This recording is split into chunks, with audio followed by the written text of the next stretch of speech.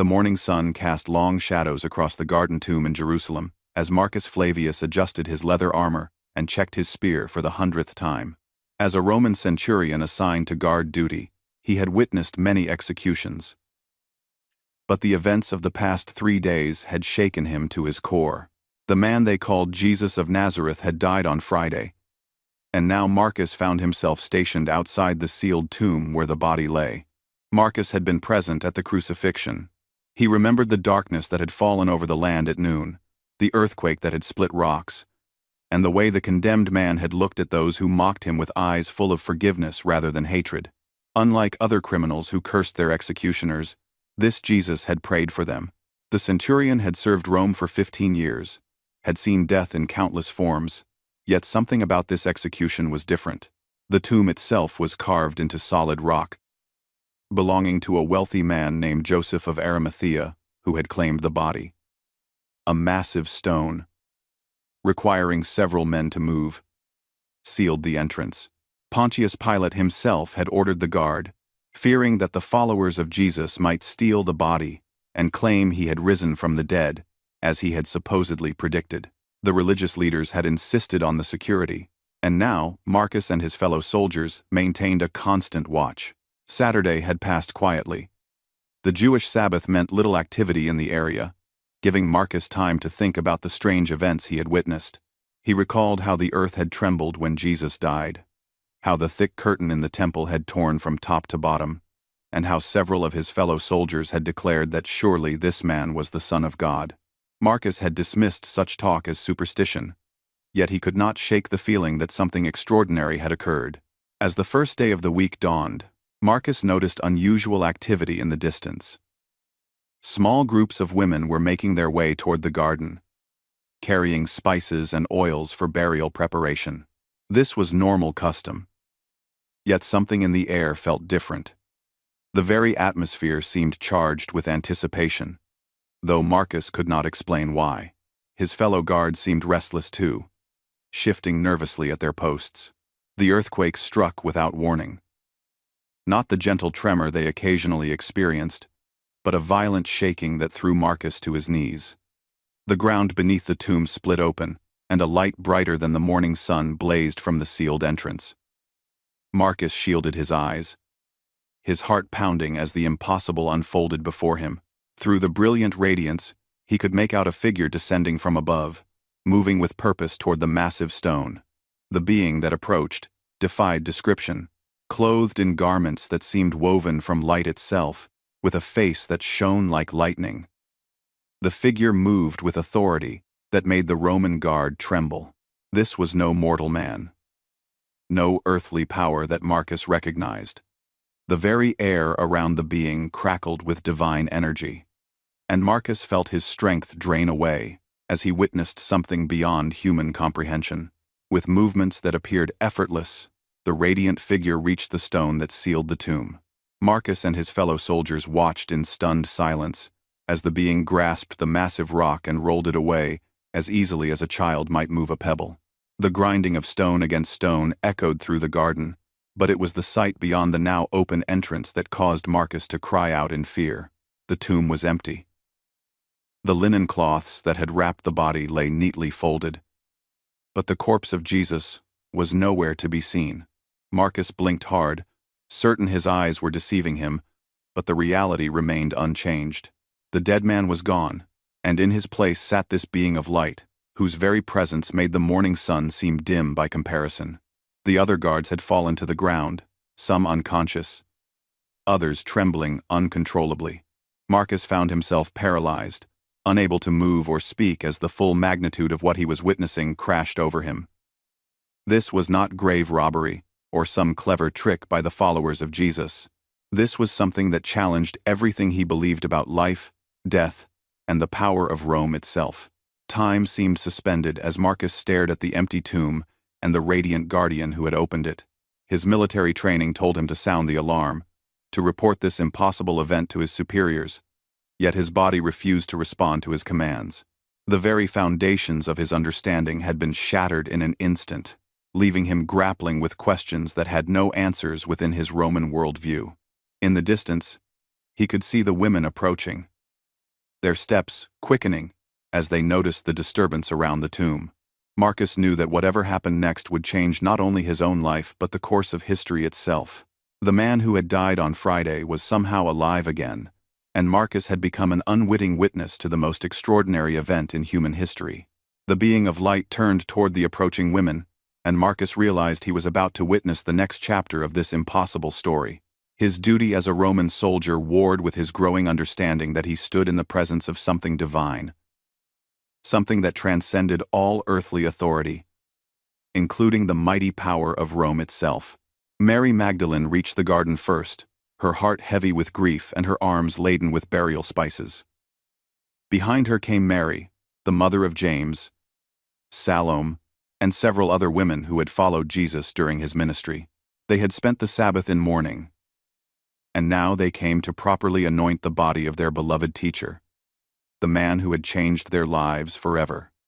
As they approached the tomb, Mary Magdalene stopped abruptly, her eyes widening in disbelief.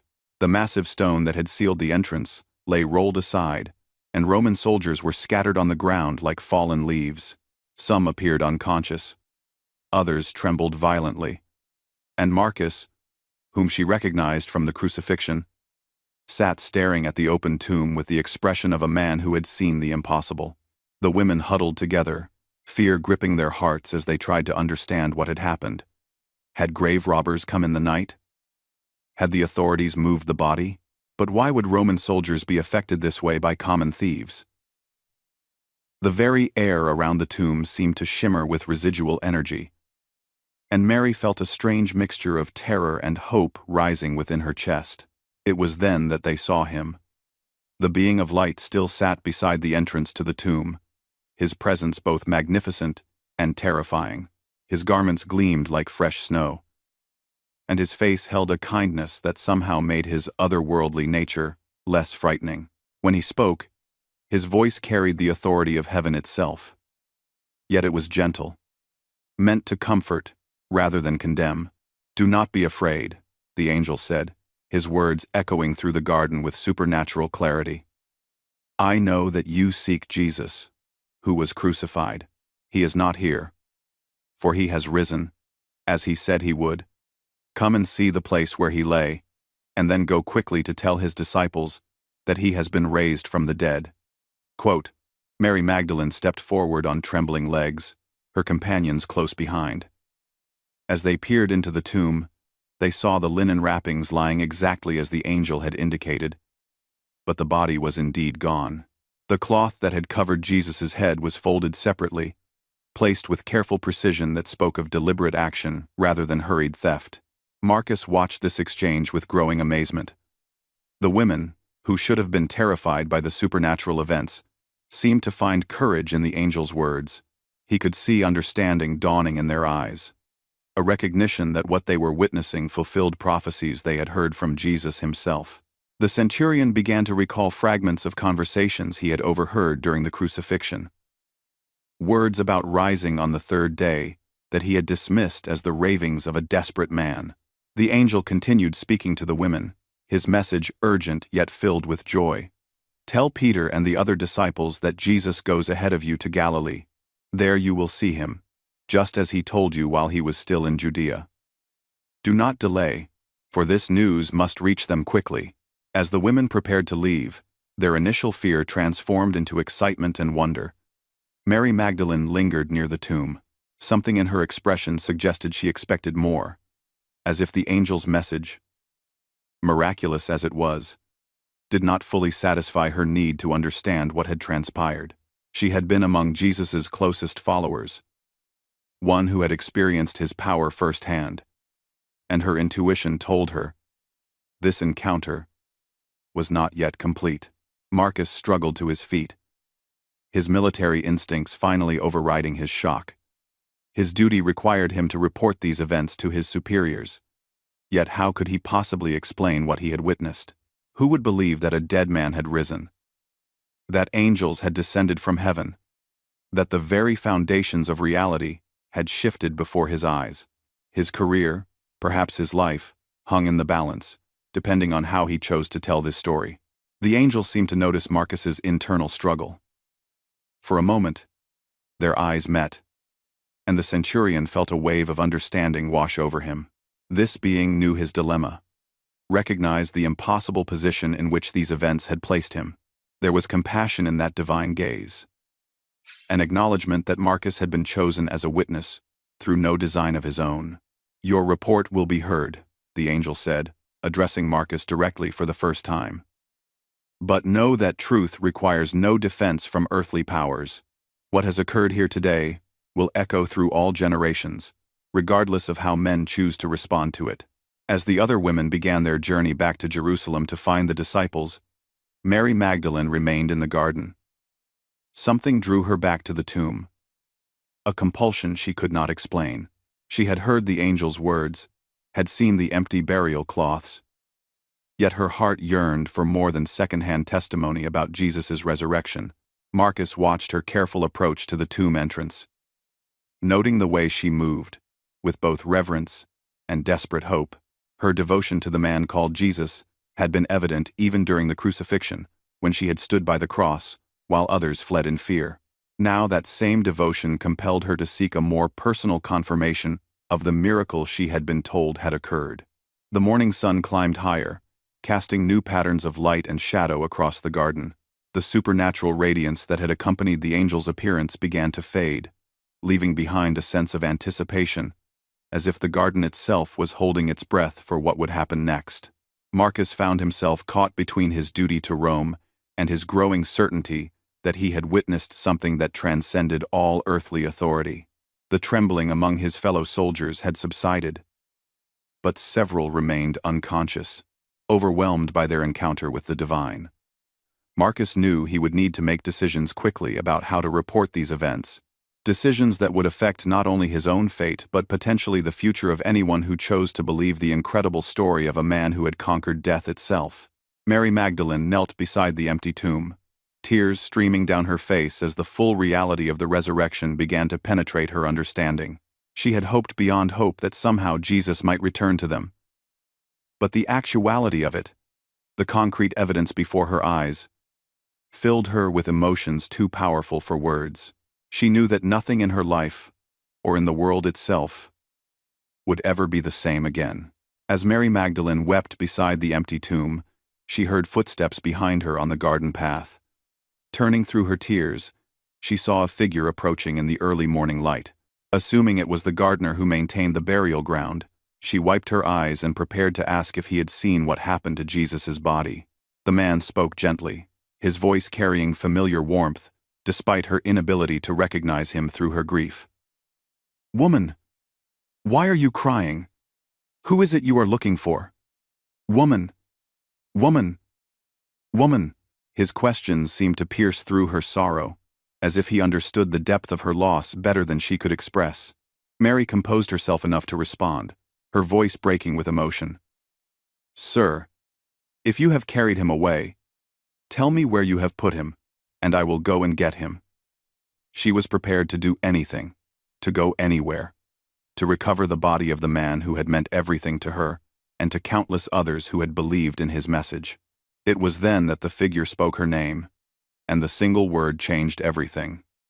"Mary," he said, with an inflection that she had heard countless times during Jesus' ministry, spoken with the same love and recognition that had first called her to follow him. In that moment, the scales fell from her eyes, and she saw him clearly. "Teacher," she cried, reaching toward him with overwhelming joy and relief. Here was Jesus himself, no longer bound by the limitations of death, standing before her in the garden where his body had been laid to rest. The resurrection was not merely a message delivered by angels, but a reality she could see with her own eyes. A miracle she could witness firsthand. Marcus, still recovering from his encounter with the angel, watched this reunion with growing amazement. From his position near the tomb, he could see the transformation in Mary's countenance, the way her grief had instantly converted to joy beyond description. But more importantly, he could see the man himself, the same Jesus who had hung on the cross 3 days earlier, now very much alive and speaking with one of his followers. Jesus raised his hand gently, preventing Mary from embracing him. "Do not hold on to me," he said with tender firmness, "for I have not yet returned to the Father. But go instead to my brothers and tell them, I am returning to my Father and your Father, to my God and your God." His words carried the authority of divine mission, yet they were spoken with the love of a teacher commissioning his most trusted student. The implications of this instruction were staggering.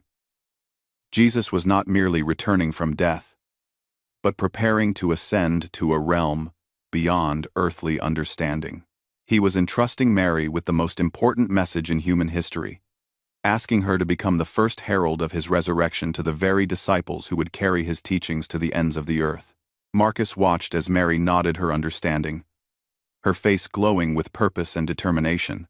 She had been chosen for this moment, selected to be the first witness of Christ's victory over death, and she accepted the responsibility with the same devotion she had shown throughout Jesus' ministry.